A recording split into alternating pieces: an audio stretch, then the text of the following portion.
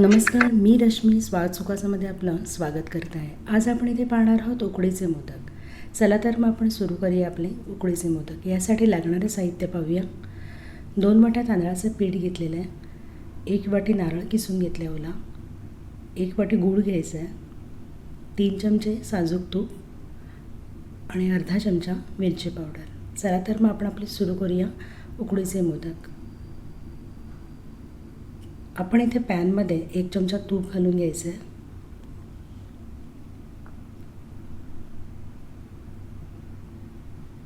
आणि आपला जो गूळ आपण घेतला होता 1 वाटी तो आपण घालायचा आहे.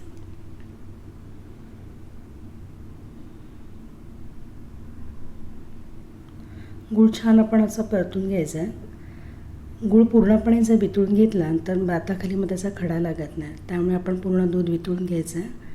त्याचा पाक नाही तयार करून द्यायचा, पण वितळून पूर्ण घेतला आपण गूळ. आपण पाहू शकता आपल्या इथे दूध पूर्णपणे आता गूळ वितळून झालेला आहे. यामध्ये आता आपल्याला अर्धा चमचा जी आपण वेलची पावडर घेतली होती ती आपण घालतो आहे. ते एकदा परतून घ्यायचे.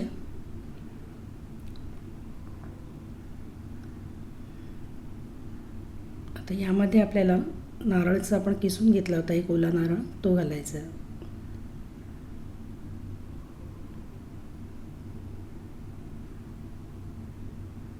नारळ आणि गूळ छान एकत्र करून घ्यायचं आहे आपल्याला.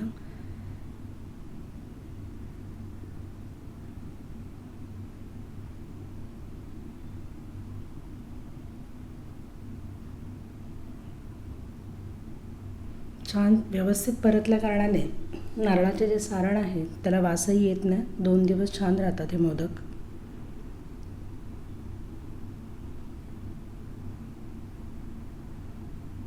ते पाहू शकता की आपण आता पूर्णपणे नारळाचं जे सारण आहे छान सुटसुटीत झालेलं आहे.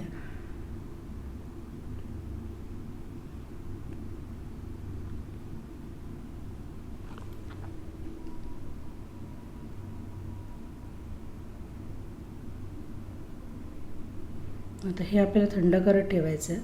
आणि आपण इथे 2 वाट्या पाणी घेतलेलं आहे उकड काढण्यासाठी तांदळाच्या पिठाचे.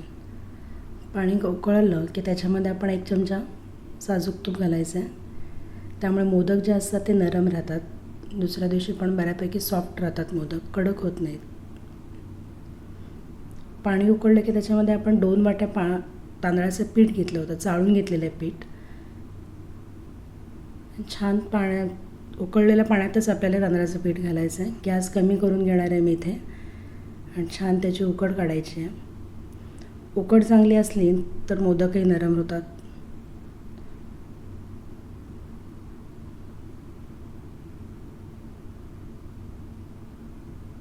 साधारण 2 ते 3 मिनटं आपल्याला गॅसवरच ठेवायचं आहे पीठ. नंतर मग आपण हे एक ताटामध्ये किंवा परातीमध्ये पीठ काढून घेऊया.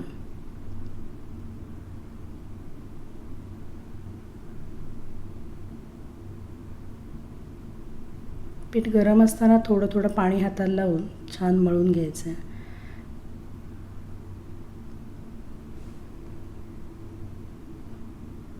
उकडीचे मोदक म्हटलं ते कोकणातील हा प्रसिद्ध पदार्थ आहे जो गणपतीच्या प्रसादासाठी केला जातो.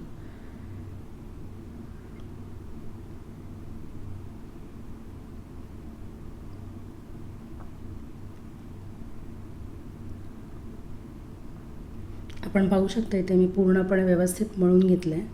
पीठ छान नरम मळून घ्या तर मोदकही वळतानाही छान होतो,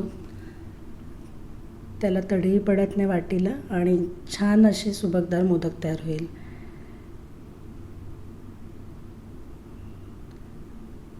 पीठ आता पूर्ण छान सुबक म्हणजे अगदीच नरम सॉफ्ट असं बघू शकता आपण इथे झालेलं आहे.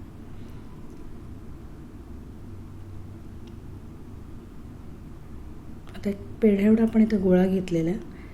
हाताला थोडंसं आपण तूप लावून घ्यायचं आहे जेणेकरून आपल्या हाताला पीठ चिकटणार नाही. वाटी ही नेहमी खोलगट करायची. पसरट न करताच आपण खोलगट वाटी केली तर त्याचा मोदक छान सुबकदार असा उभा होतो. हे मला माझ्या आईकडून शिकवण मिळाली होती, त्यामुळे त्याचे बघू शकता आपली वाटी जी आहे ती मी छान खोलगट केलेली आहे.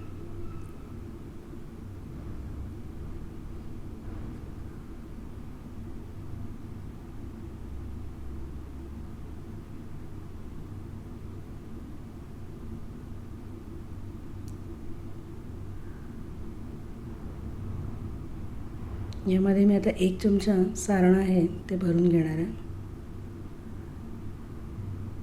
त्याला आता छोट्या छोट्या पाकळ्या करायच्या आहेत, म्हणजे एका एका बाजूला आपण दुमडत जाणार आहोत. पाकळ्या ह्या नेहमी जवळजवळ करायच्या आहेत. जितक्या जास्त तुम्हाला जमतील तेवढा तुम्ही करू शकता.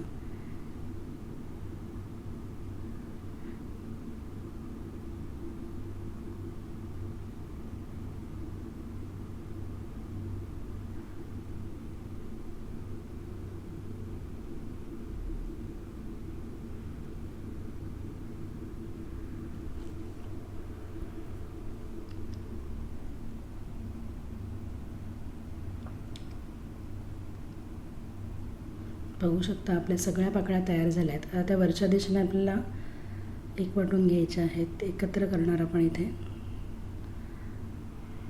आणि ते जे वरचं टोक येतं आहे त्याचं जे एक्स्ट्रा पीठ निघेल ते आपण इथे काढून घ्यायचं आहे.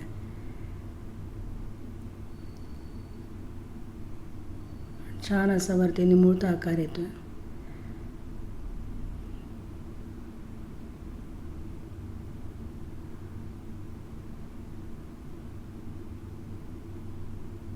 हा आपला मोदक तयार झाला. अशा प्रकारे आपण आता सर्व पिठाचे मोदक करून घेणार आहोत.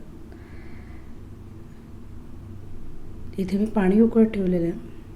पाणी उकळल्यानंतर आपले जे सगळे मोदक झाले होते ते आपल्या इथे ठेवायचे आहेत. मोदक ठेवताना खाली तुमच्याकडे जर केळीचं पान नसेल तर तुम्ही त्या भांड्याला तेल लावून घेऊ शकता,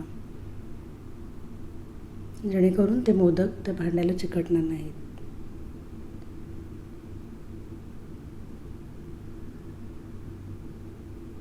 मोदक आपण 15 मिनटं शिजवायचे आहेत. पाणी उकळल्यानंतरच त्यात मोदक ठेवा आणि 15 मिनटानंतर आपले मोदक शिजून तयार होतील.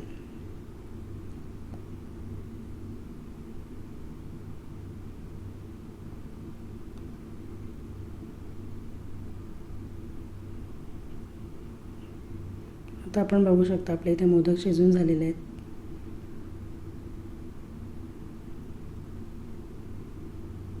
ते आता आपण बघतोय की आपले सर्व मोदक छान तयार झाले आहेत. एकही मोदक एकमेकांना चिकटलेला सुद्धा नाही आहे. छान असे मोदक आपले तयार झालेले आहेत. Thank you for watching.